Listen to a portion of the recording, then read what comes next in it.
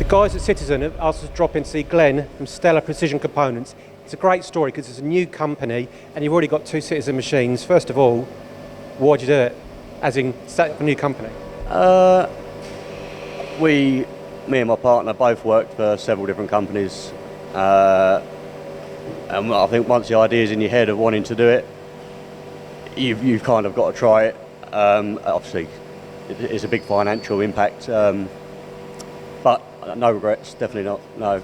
So that gives an incentive to everybody out there if you want to start their own company. But, I mean, we'll talk about the machine obviously, but you've got 2 brand new Citizen machines here. How on earth did you buy them? How did you pay for them?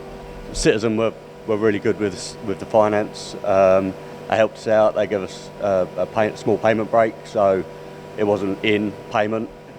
Yeah, they kind of held our hand all the way through it. Yeah. Really helpful. Anything we needed, and it was a smooth transition, really. Brilliant. You know, the finance guys doing their best, going to different companies to get the best deal for us. Yeah. So basically, just that whole operation was really, really smooth. Now you've got the machines. You've got your A20. We're going to have a look at the L32 with LFV. Yep. Why have you chosen Citizen now? I worked on Citizens my whole life. I've worked on various other sliding heads and fixed heads, but the sliding heads, Citizens are the ones, I think. The Mitsubishi control is second to none. The All-Cart Wizard, the software that they provide is really good. We use it quite a lot. The support, I mean, I phoned some of the guys up at the weekend. They're there. You know, it's the way it is. But yeah, no, helpful, and the machines speak for themselves. Okay, when you say the Mitsubishi controls, though, why are they so good to use? Fast, easy. What is it? It's a clever software compared to some of the others, I think. Once you know it, once you're in it, it's easy. It is an easy software. Now, the machine you got here is an absolute beauty. It's the L32 LFV, so it's going to hold 32mm bar, obviously. Yep. Can you go a bit bigger than that, though? Yes, we recently bought the expansion kit, which takes us up to 35mm. Okay. Now, you also got 3 metre bar feed. Yep. So what are you actually loading in that in terms of materials? We've machined anything from copper, brass, bronze, stainlesses. Some nice soft steel, I heard. Yeah, soft iron. Soft iron. Sorry, iron, not steel. Sorry about that. Yeah, soft iron. That was. To be fair, with the LFV, it worked well. So in the actual envelope of the machine, what have you got in there? We've got 7 driven tools, face-driven, cross-driven. We have a manual B-axis for angled, cross-driven, tapping, drilling, multiple drilling. LFV, obviously. So in there, essentially, you've got a load of tools that enable you to do some really complex components, which we'll also come to. So LFV, you mentioned. Why have you gone the LFV option? The LFV, I had never had no experience with it. This is the first time I've used it. And to be fair, you don't look back from it. We machined some copper recently, and copper can be a right pig.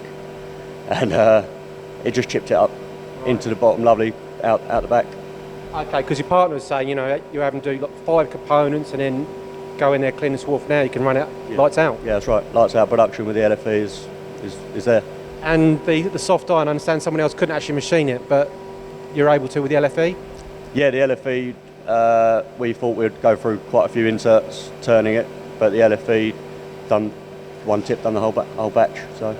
So with the LFV, obviously massive fan, I have the All-Cart Wizard, Mitsubishi controls. Is it easy to actually control the LFV, changing amplitudes and things like that? Yes, that's really easy. All of the info is on the Wizard, so you can call it up, tell it what chip size you want, the spindle speed, and it will give you all your data.